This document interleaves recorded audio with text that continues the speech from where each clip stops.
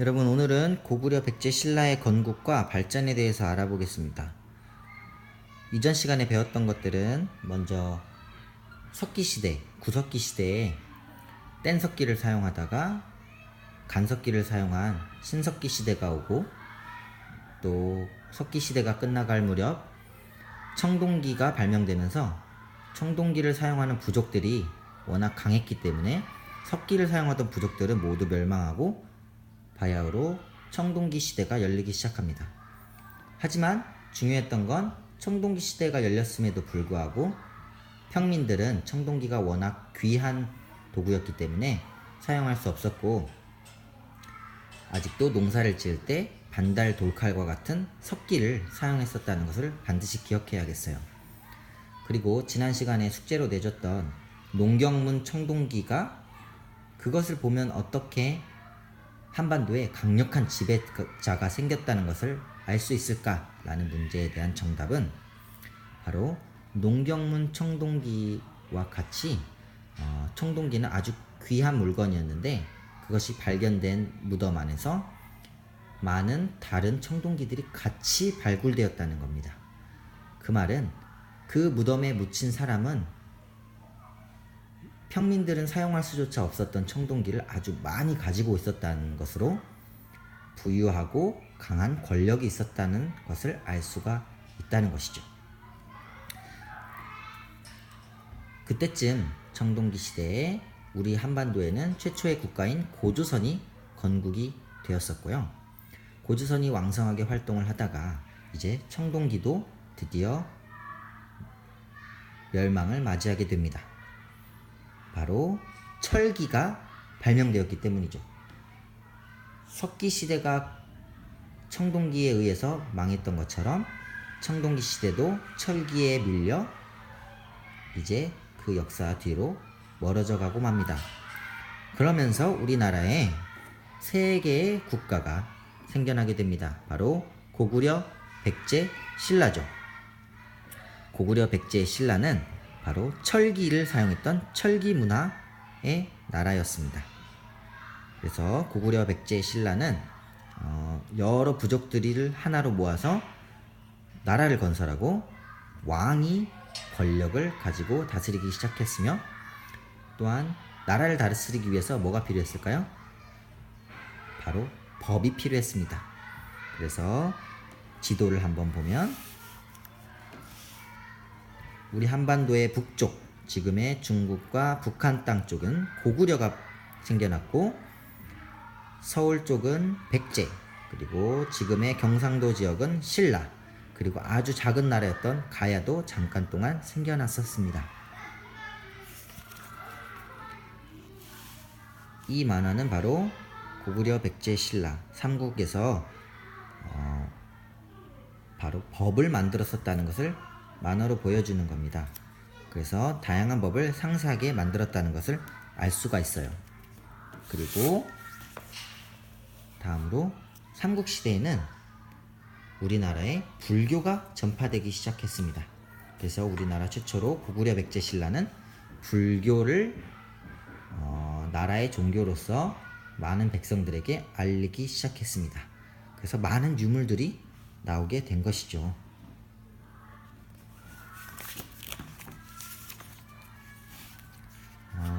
작은 이야기 큰 역사는 다음 시간에 한번 읽어보면 되시겠고요.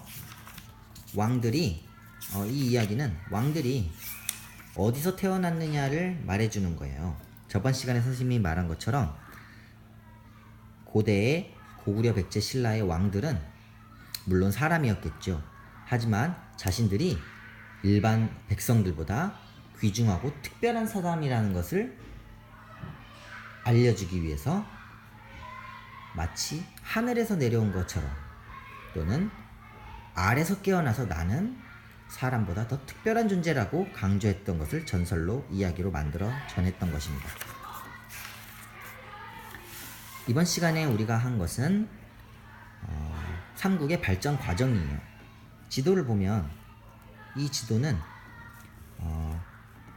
제일 아래 보면 백제의 전성기라고 나와 있습니다. 전성기란 건 가장 세력이 강하고 왕성했던 시기라는 것을 의미해요. 그래서 우리가 고구려, 백제, 신라라고 순서대로 외우지만 세계 중에서 가장 먼저 전성기를 맞았던 건 바로 백제입니다. 백제는 지금의 서울, 한성 부분을 차지해서 한강을 차지했기 때문에 중국과도 교역을 했고요. 또 밑으로는 가야를 압박하면서 남쪽 전라도 쪽을 장악했던 것입니다. 그때의 왕은 바로 4세기 시절 근초고 왕입니다. 근초고 왕, 백제의 근초고 왕을 기억하셔야 되겠어요.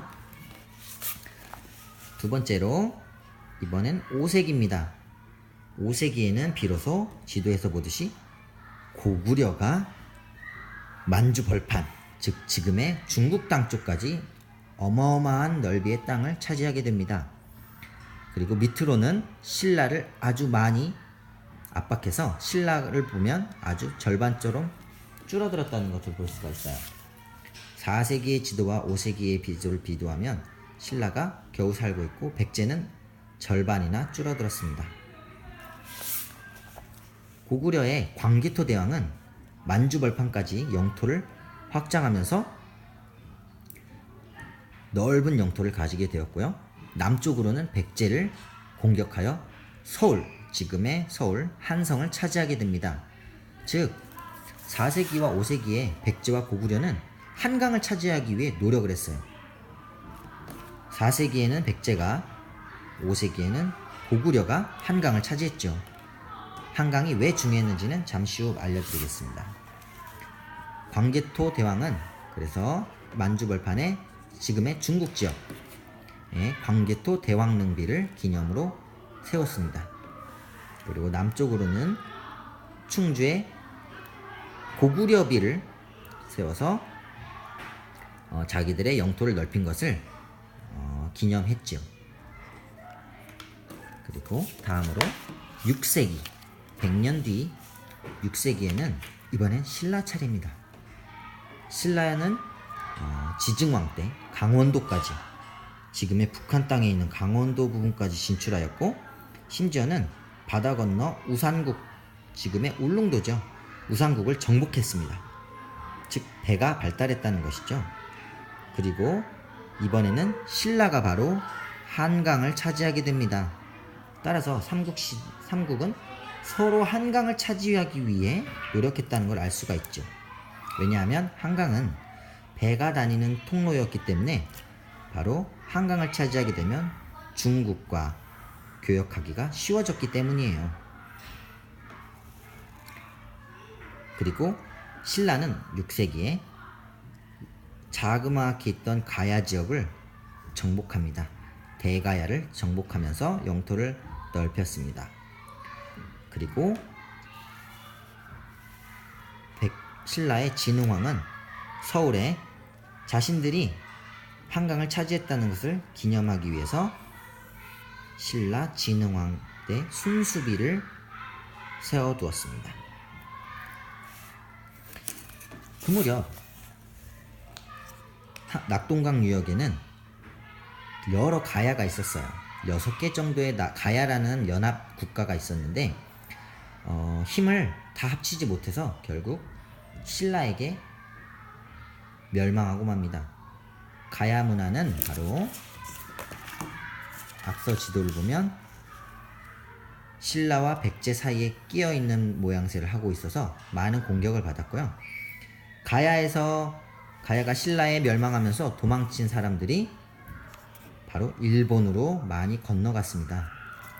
그래서 가야의 철기 문화가 일본에 전파되어 일본의 고대 문화가 발달하는 계기가 되었죠.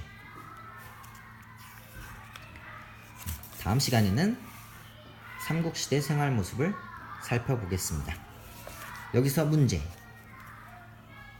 고구려, 백제, 신라에서 가장 먼저 전성기를 이루었던 나라는 어디라고 했을까요?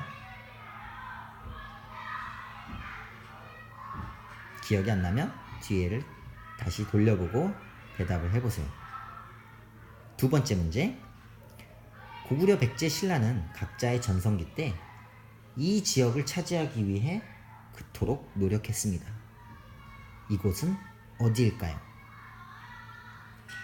자, 이상으로 공부를 마치겠습니다.